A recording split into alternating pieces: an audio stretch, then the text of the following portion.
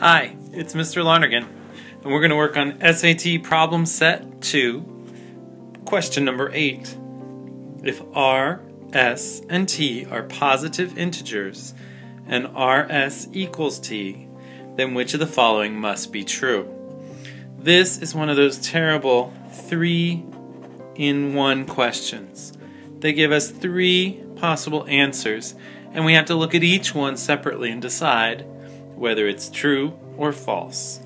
Our multiple choice part we can't do until we've looked closely at our 3 possible answer choices.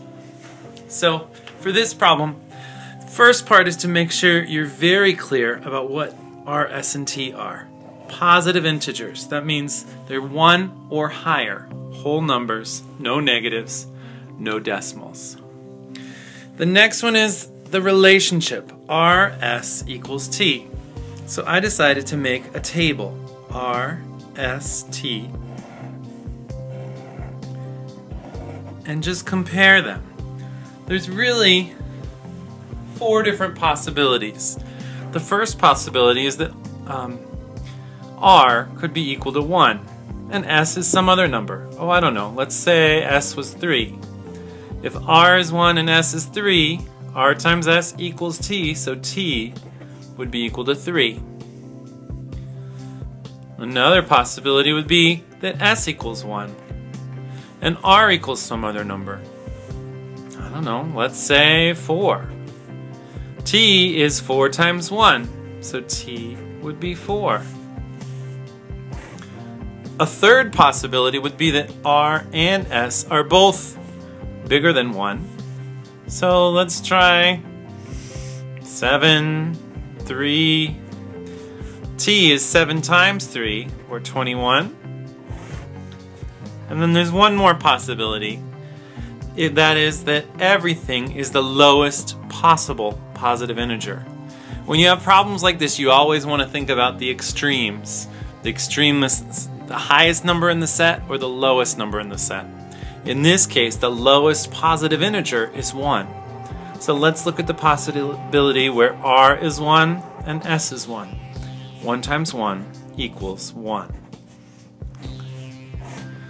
Now there's way more possibilities for R and S and T, but this is going to be enough for us to see what the final answer is. We're going to look at each of our choices and decide if they're sometimes true, or always true, or never true, based on our 4 examples. And usually, if we start with a set of 3 or 4 to try, we should be able to at least eliminate some of them as we go. The first one says R is less than T. So I'm going to look at the R column and the T column. Is R less than T? It is there. Uh-oh, it's not there. R and T are the same. So I'm going to put over here, in this example, we proved that 1 is not true. Now that's actually a great thing, because we go over here to the answers, we know which for the following must be true. It can't be choice A, and it can't be anything else that has a 1 in it. So choice D is also out of the picture. Now we have just to decide whether 2 is true, 3 is true, or they're both true. So the next thing I looked at was R less than or equal to T. Again, we're looking at the R and T column. Is R less than or equal to T? Sure, R is less than. In this case, R is equal to. They're both the same. In this case, R is less than, and in this case, they're equal to. So at least in the 4 examples I looked at, 2 is always true. Let's check 3. Choice 3 says S is greater than or equal to T.